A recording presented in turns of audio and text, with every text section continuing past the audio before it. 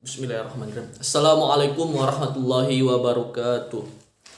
Alhamdulillahirabbil alamin. Wassalatu wassalamu ala asyrofil anbiya'i wal mursalin wa ala alihi washabihi rasulillahi jema'in. Allahumma sholli ala sayyidina Muhammad wa ala ali sayyidina Muhammad. Baiklah teman-teman, di sini saya sebagai moderator untuk kelompok 8 akan memberikan beberapa materi. Jadi sebelum kami menampilkan materi kami, ada baiknya kami memperkenalkan diri kami terlebih dahulu. Baik, yang pertama itu ada Delvi Hastari, yang kedua yaitu Khairunisa, dan yang ketiga itu saya sendiri yaitu Rifal Afandi. Baiklah teman-teman, di sini kami akan menjelaskan materi tentang aliran SCM dan proses bisnis perusahaan Honda, dan aliran SCM dan proses bisnis perusahaan bawang merah. Jadi pada aliran SCM dan proses bisnis bawang merah akan dijelaskan oleh Delvi Hastari dan akan dilanjutkan oleh Khairunisa tentang aliran SCM dan proses bisnis perusahaan Honda. Baiklah, kepada Delvi Hastari, waktu dan tempat saya persilahkan. Baiklah, saya akan menjelaskan mengenai supply chain management pada perusahaan bawang merah. Aliran SCM pada perusahaan bawang merah ini diawali dari petani bawang merah, di mana petani bawang merah ini merupakan anggota rantai pertama dalam rantai pasok bawang merah. Petani bawang merah berperan penting sebagai penentu kualitas, kuantitas, dan ketersediaan bawang merah. Selanjutnya, petani bawang merah ini mendistribusikan hasil panennya, yaitu berupa bawang merah, kepada pedagang pengumpul. Pedagang pengumpul merupakan lembaga rantai pasok yang berfungsi mengumpulkan hasil panen bawang merah dari produsen untuk didistribusikan langsung kepada pedagang besar non-lokal. Selanjutnya, pedagang pengumpul mendistribusikan bawang merah kepada pedagang besar non-lokal. Pedagang besar non-lokal ini merupakan pedagang besar yang datang dari luar kota untuk menjual bawang merah kepada pedagang pengecer non-lokal. Selanjutnya, pedagang besar non-lokal mendistribusikan bawang merah kepada pengecer non-lokal. Pengecer ialah pedagang yang membeli bawang merah dari pedagang besar non-lokal dan menjualnya kepada konsumen akhir. Selanjutnya, yaitu konsumen akhir. Konsumen akhir ini merupakan aktor rantai pasok terakhir. Dalam hal ini ialah masyarakat yang mengonsumsi bawang merah dalam skala rumah tangga. Selain itu, petani bawang merah juga bisa langsung mendistribusikan hasil panennya kepada pedagang besar lokal. Pedagang besar lokal merupakan pedagang yang membeli bawang merah dari pengumpul atau bisa juga dari petani langsung dengan jumlah yang cukup besar. Selanjutnya, pedagang besar lokal mendistribusikan bawang merah kepada pengecer lokal. Pengecer ini ialah pedagang yang membeli bawang merah dari pedagang besar lokal dan menjualnya kepada konsumen akhir.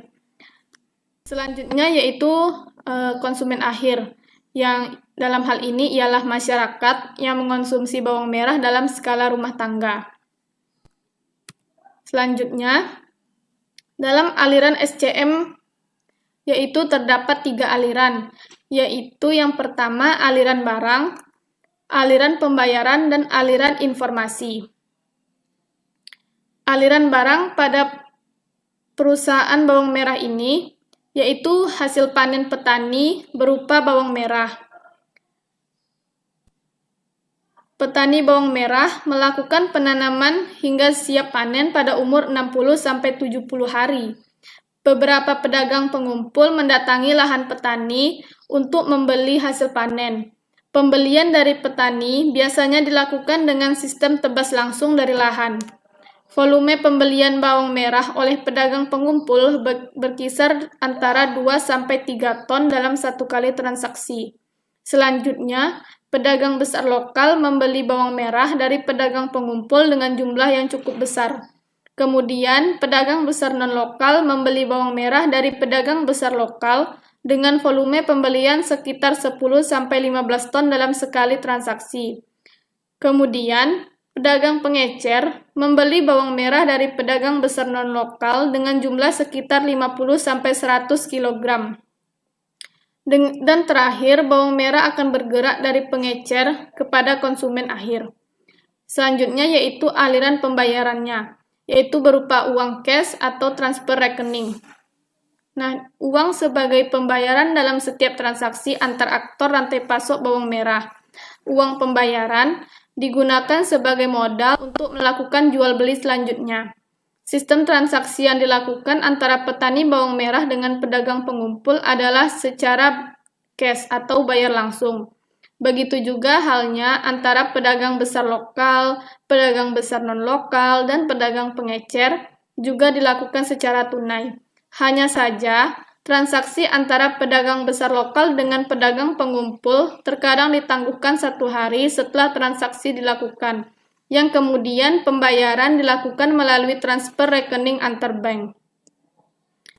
Tawar-menawar dilakukan berdasarkan informasi harga yang diperoleh dari semua petani maupun dari pedagang. Sebagian besar transaksi dilakukan di lahan petani, di lapak penjemuran maupun di lapak pasar induk. Sistem ini dinamakan sistem menjemput bola, seperti yang banyak dilakukan dengan pedagang komoditi lainnya. Hanya saja untuk penjualan bawang merah ke pedagang besar non-lokal, pedagang pengumpul mengantar sendiri bawang merah dengan biaya transportasi yang ditanggung sendiri. Aliran selanjutnya yaitu aliran informasi. Informasi yang dialirkan berupa harga sesuai pasar, kualitas, kuantitas. Informasi yang diperoleh ini digunakan untuk proses tawar-menawar, meskipun petani sebagai penerima harga. Selanjutnya, proses bisnis pada perusahaan bawang merah. Yang pertama yaitu hubungan proses bisnisnya. Pada rantai pasok bawang merah hanya terdapat 3 siklus, yaitu procurement, replenishment, dan customer order. Siklus manufacturing tidak terdapat dalam rantai pasok ini, karena tidak melibatkan anggota rantai pasok yang berperan sebagai pengolah langsung. Petani mitra hanya melakukan sortasi. Siklus yang pertama yaitu siklus procurement. Siklus procurement ini dilakukan oleh pedagang pengumpul dengan membeli bahan baku berupa bawang merah dari petani bawang merah sebagai pemasok utama. Siklus procurement ini termasuk dalam proses pull. Yang kedua yaitu siklus replenishment.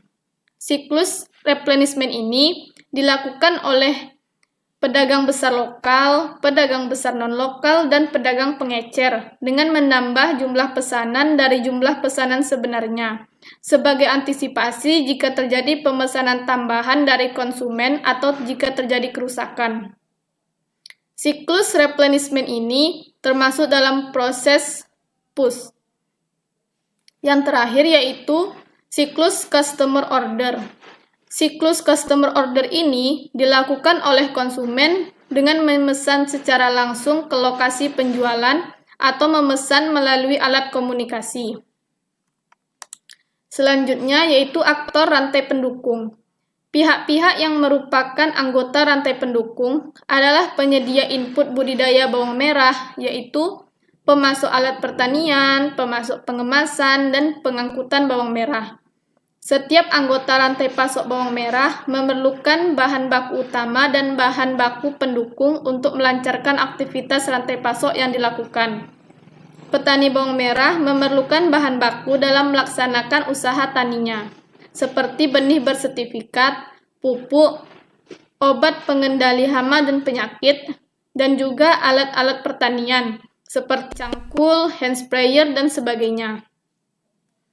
Yang selanjutnya yaitu aspek resiko.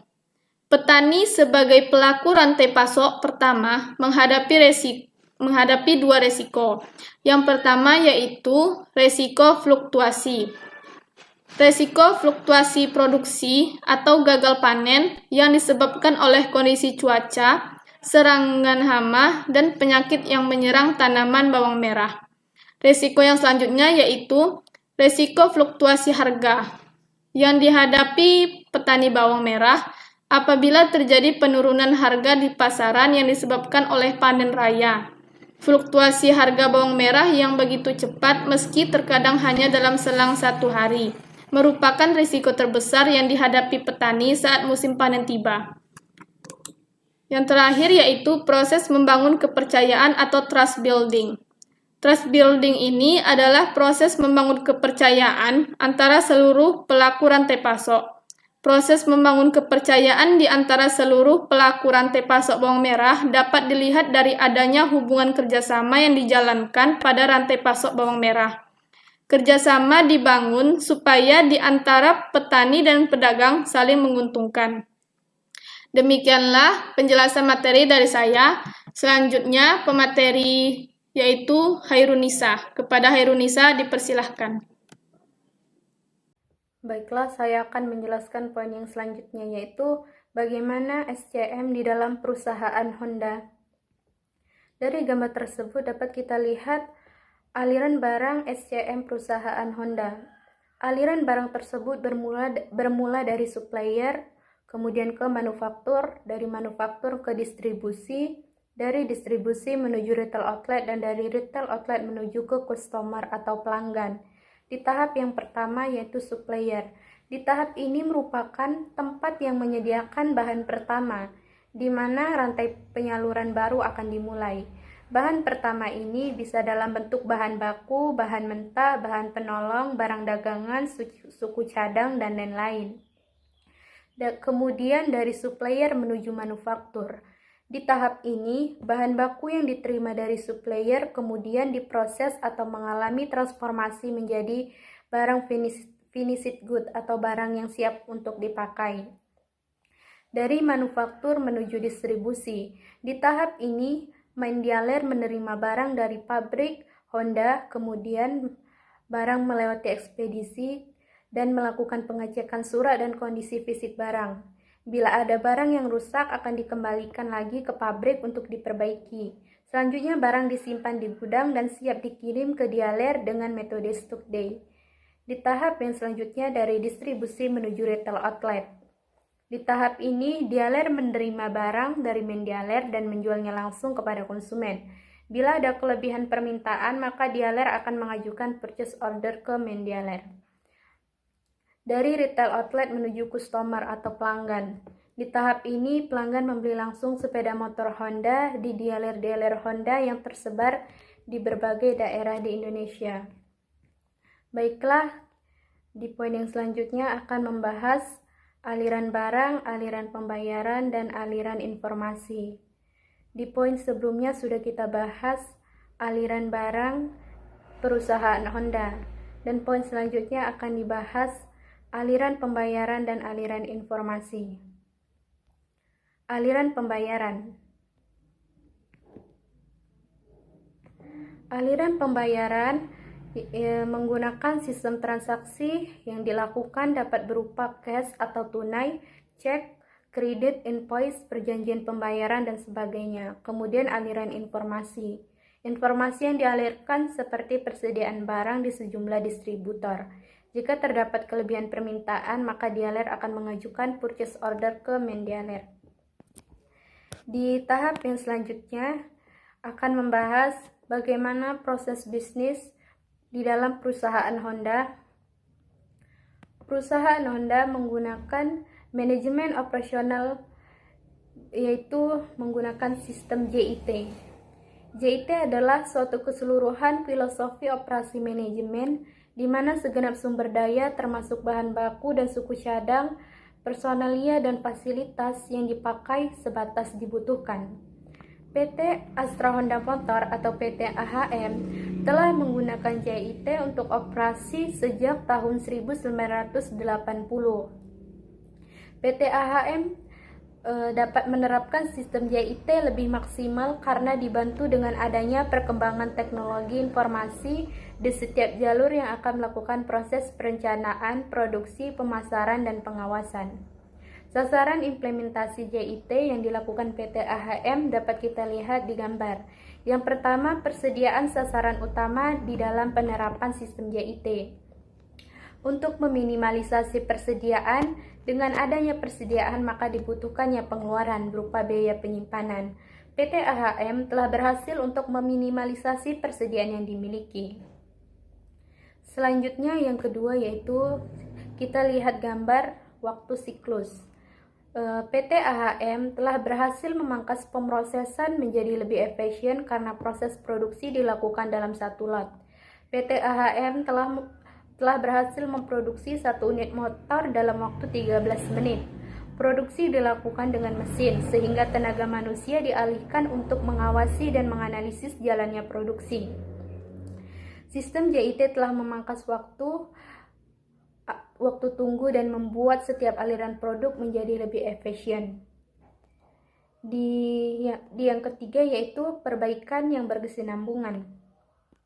PT AHM bisa berkembang dengan pesat karena adanya perbaikan yang berkesinambungan. Kinerja operasional diukur di tiap-tiap bagian dan mengaplikasikan business intelligence software dari Cognos. Pengambilan keputusan atas laporan perkembangan yang berasal dari database akan lebih mudah karena telah terintegrasi dengan sistem yang dimiliki para pengambil keputusan. Dari gambar selanjutnya yaitu penghapusan pemborosan. Penghapusan pemborosan dapat dilakukan PT AHM karena telah memenuhi kondisi sebagai berikut. Yang pertama, produksi tidak menyisakan persediaan, waktu tunggu minimum, bahkan hampir tidak ada, meminimalisasi biaya terhadap barang cacat, beban kerja yang seimbang dan merata, dan tidak adanya interupsi karena kehabisan persediaan dan kualitas buruk.